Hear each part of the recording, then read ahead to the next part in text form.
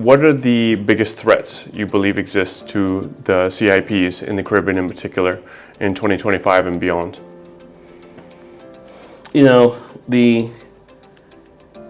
There's significant geopolitical shocks that impacts these programs. And when we think about, the level of changes that is happening, what I see the Caribbean CIPs need to be, they have to demonstrate a level of resilience and agility in order to be able to pivot accordingly and absorb these volatility as needed. What we have done in St. Kitts and Nevis, really the way we've actually responded to these type of potential changes or potential risks to the program is we proactively update and make changes to our regulation from our laws and various legislation to ensure that we can be proactive and strategically adjust as need be. The second is really we begin the collaboration with our other partners, both our Caribbean CIP partners and also our international partners. And then lastly, I think it's transformation. That is critical. So the first in terms of what we did, so if you think about what we did in July of 2023, and as well in the latter part of 2024, we made certain changes to our regulations. First, we increased the threshold because increasing the threshold, we wanted to demonstrate that we wanted to indicate globally that we are at a high standard and wanted to make sure that we can adjust accordingly. The second, what we did is we partnered with a number of the other Caribbean CIPs. So for example, Antigua and Barbuda, Grenada, and Dominica, St. Kitts took the lead, and we had a memorandum of agreement in setting a specific threshold price at $200,000. And what that did is, because we saw some of the geopolitical shocks, but even so the market changes that were happening that were signaling significant risk to the program, we proactively took that lead and said we will collaborate. We will collaborate with our partners. And then specifically for St. Kitts and Nevis, the third thing is the whole concept of transforming and leading from the front, but anticipating ahead. So we saw a need for us to transition the program from a government entity into a statutory corporation that gives significant autonomy and allow the unit to operate like a true business, where we impact board of governors, we have executive leadership team, but give us a significant autonomy for us to be able to move and make changes rapidly. And we're now seeing significant reward. We're the fastest in our processing in the Caribbean CIPs. Our ability to respond to some of the international changes and needs. So for example, we had the US 6 principles, and so we're partnering with our partners from the other Caribbean, and we're making those changes in terms of what we are seeing. And the intent of it is based on sustainability.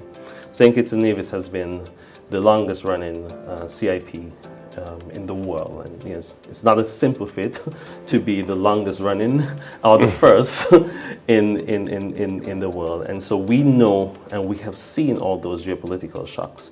And so we continue to innovate, and we continue to ensure that we can pivot as required by taking those strategic changes. So let's talk about processing times. So processing times, not just in the Caribbean, but in programs globally. Some programs in Europe have 50,000 plus backlog that they're dealing with. So we're talking about significant delays in actually getting people their visas. Obviously, in the case of Europe, you invest first, then you get your visa. In this case, you are approved first, and then you make your investment. So at least slightly different dynamics, but the fact of the matter is people are waiting a long time.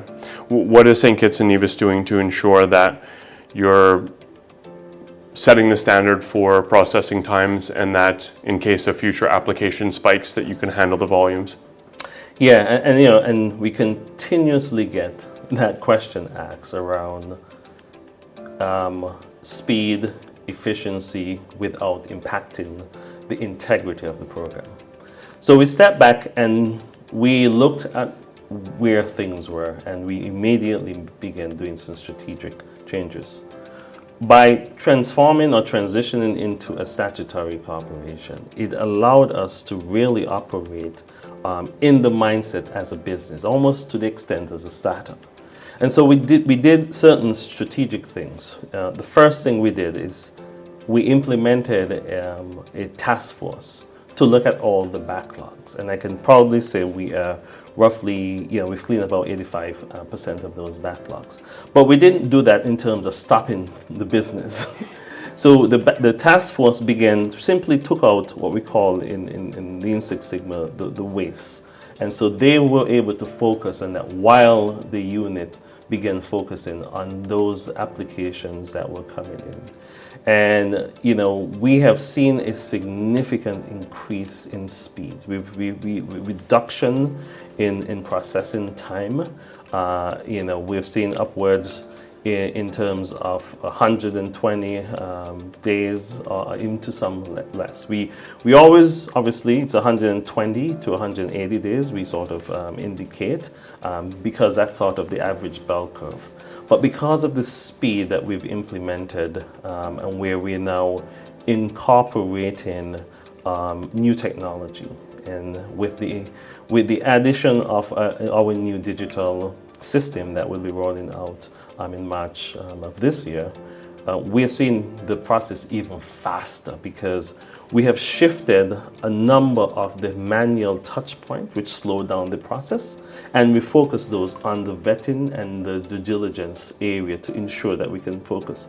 And that has demonstrated even a reduction, I would say double digits in processing. Wow. in terms of the speed we increase in. We also then added a communication division because what we saw is people want to get updates. This is a people business, and we wanted to make sure that the customer experience is preserved. We wanted to make sure that the signal and the information is, one, accurate and timely. So we then indicated we will introduce a 24-hour response time, just even acknowledging that we receive your information. And obviously that's the average we're looking to do, and we want to even increase that much faster with the advent of new technology. And then further to that, I would say we introduce a number of strategic areas in terms of even how we position the operation of the business. We are moving into a new location, and that in of itself, as simple as it is, it demonstrates the value that we put on our employees. We demonstrate that we value them the same way we want them to value each of the applicants and stakeholders, both our international marketing agents and our local authorized agents, and as well as our state international partners. So we continue to innovate in those areas, and even more so, we are continuing to look at different ways that we can increase the program, increase the level of offering, but most importantly, efficiency and speed. And we are the number one, as we've been told, in terms of processing time. And we take that with pride, but we also take it with how do we ensure that we do not degrade our known concept of being one of the best from an enhanced due diligence to de-risk the program, ensure we're protecting our national borders, but also our partners' international borders as well. Great. So I think for people who follow the industry, you guys took the first move to increase the investment thresholds last year. Yeah. That in part led to a significant decline in the number of applications in 2024. What are your plans to drive growth in the years ahead now that there's been an established new minimum among the five? Obviously, that's caused a huge let's just say that sent shockwaves through the industry in terms of the agents, the sub-agents, the clients adjusting to this new price threshold. How are you going to sustain that growth at these new investment levels? Yeah, I mean, there's always the thought process of looking at the market, looking at the main reasons why we made those changes, and anticipating what the future impact this will have. What I would tell is when we made that change, we anticipated that this will have a dip in volume, and we knew this. But what I can actually now tell you is, what we have seen once we transitioned last year, October 2024, in the last 90 days of the year as being a statutory corporation, we have seen over almost 170% growth. Over the prior 3 months? Over the prior 3 months. And that tells us we did the right thing. We knew it was going to have an impact at the front end. So the first 9 months of 2024, we anticipated with everything, there's change. People were apprehensive. There was a pause. There was a level of recalibrating. Our agents, the clients wanted to understand what was happening because there were a number of changes happening. And when there's significant change and constant change, there's a level of fear and instability and so we made a decisive decision and said, once we transition into the statutory corporation, we will pause and stabilize the way things were being done. And that in of itself has demonstrated a major win of, as I said, 100 and close to 170% uptick growth of applicants, demonstrating that St. Kitts and Nevis made the right move.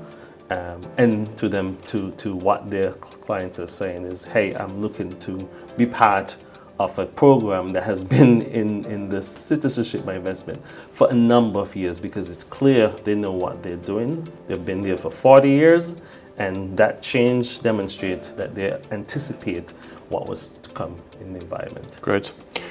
Are there any special plans that St. Kitts and Nevis has that we should be looking forward to?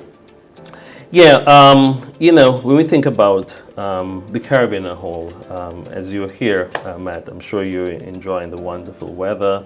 I can see, the glow in terms of the breeze and the food and the friendliness that we offer. So we always say, you should come and visit St. Kitts and Nevis to really understand, the uniqueness that this beautiful island has. And so what we decided to do to help ensure other individuals and even existing citizens be part of this process is we had the Investment Gateway Summit, our inaugural in 2024. And we're having the second one this year. And the intent of the Investment Gateway Summit is to bring individuals like yourself, other existing citizens, potential investors, to learn about St. Kitts and Nevis on a number of fronts. One, what are the other investment offers that we have? What type of products and services that I can diversify my portfolio? And then there's an element of the society of, we said live, work and play. The play aspects, the beautiful weather, the fine dining from a Caribbean and delicious culinary skill set in that. And then our folklore, the cultural aspect. And so that event will take place May 31st onwards to June 3rd. And that will give individuals the opportunity to interact with policymakers, interact with some of the ministers, and so from the Prime Minister's office and mine, we say we ask for those individuals to come join us and partake in that. The other thing I would say, specifically honing into our program that we're looking to launch, is a concierge model, and what that is, it's one of the things we've heard specifically from our high net worth individuals. Now that I have a second citizenship, what can they do with it? What else can they do with it?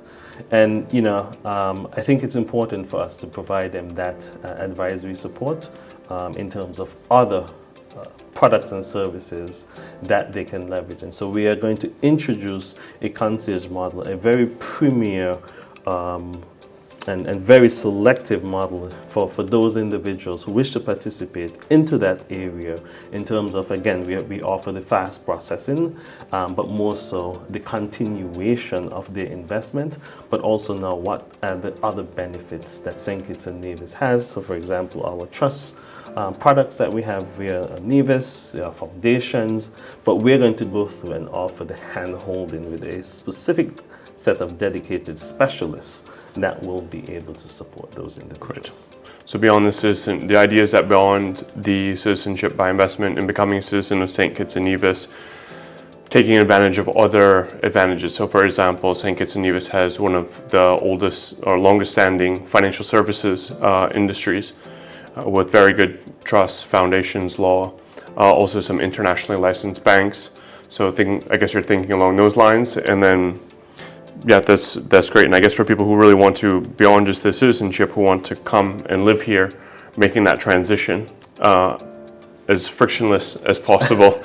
and that is important because, what we've heard over the last 100 days is, and I mentioned this, people are no longer having a second citizenship as a plan B for the future. They have activated it. Yep. And when you've activated that process, now the questions are being asked. Okay, so tell me, what else can I do? What are the other we call penetration investment you offer?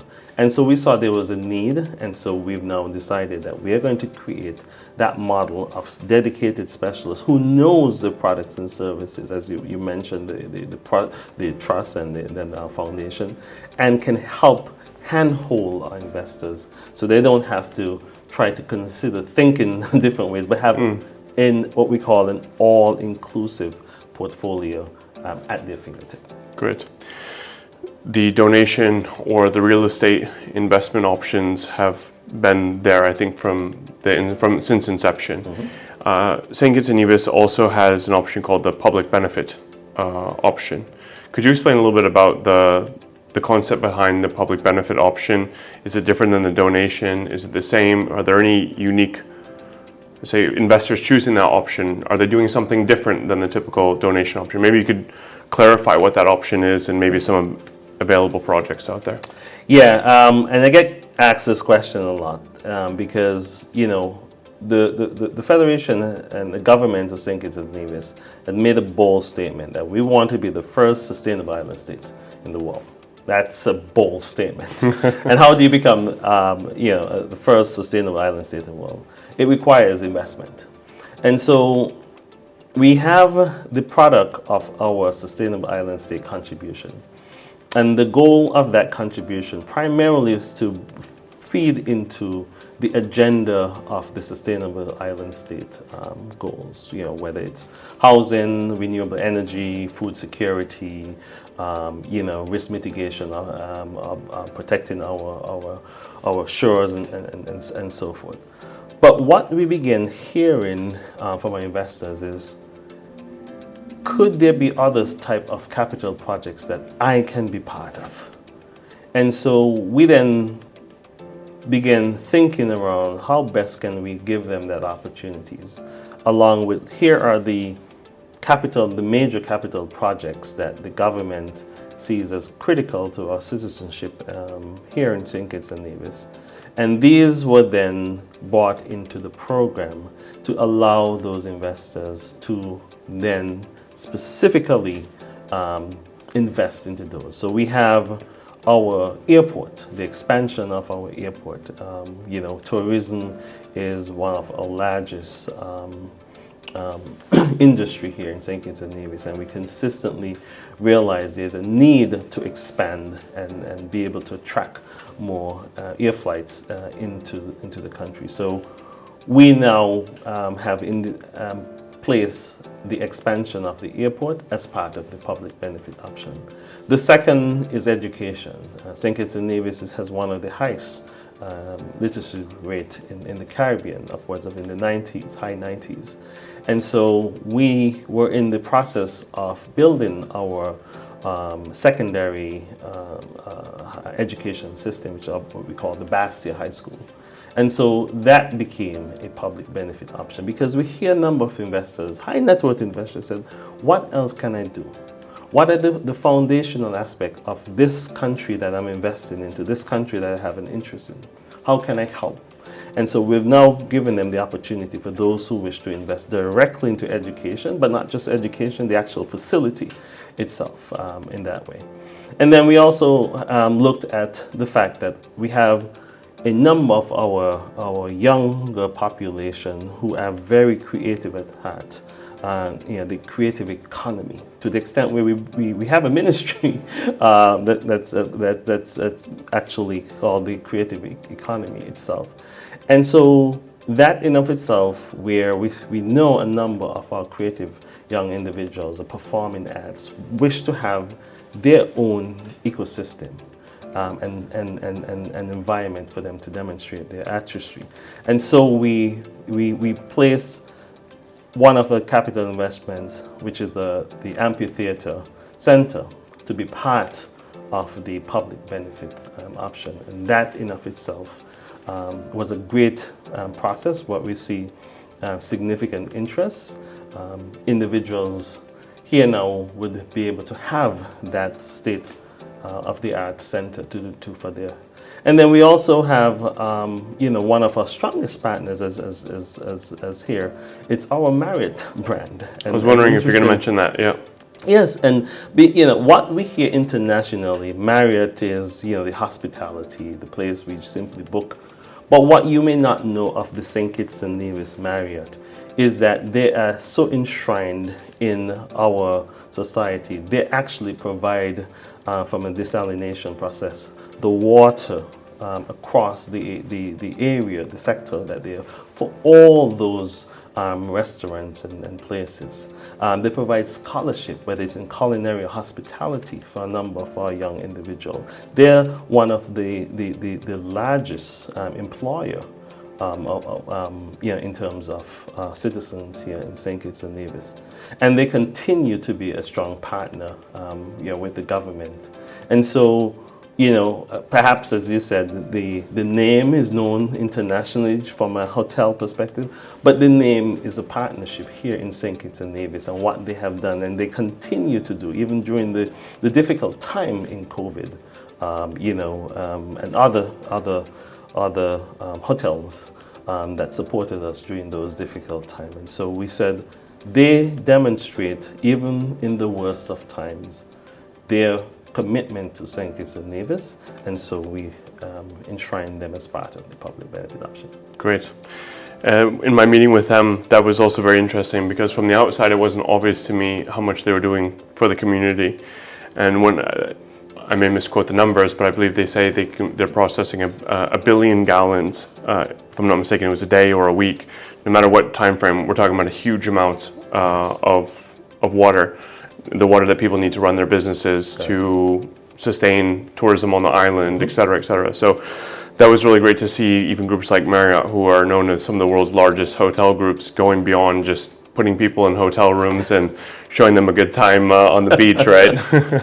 Yes, and this gives them to your point, this gives the opportunity to ask those questions, and now the answers goes beyond just putting people in beds, but actually providing water to society.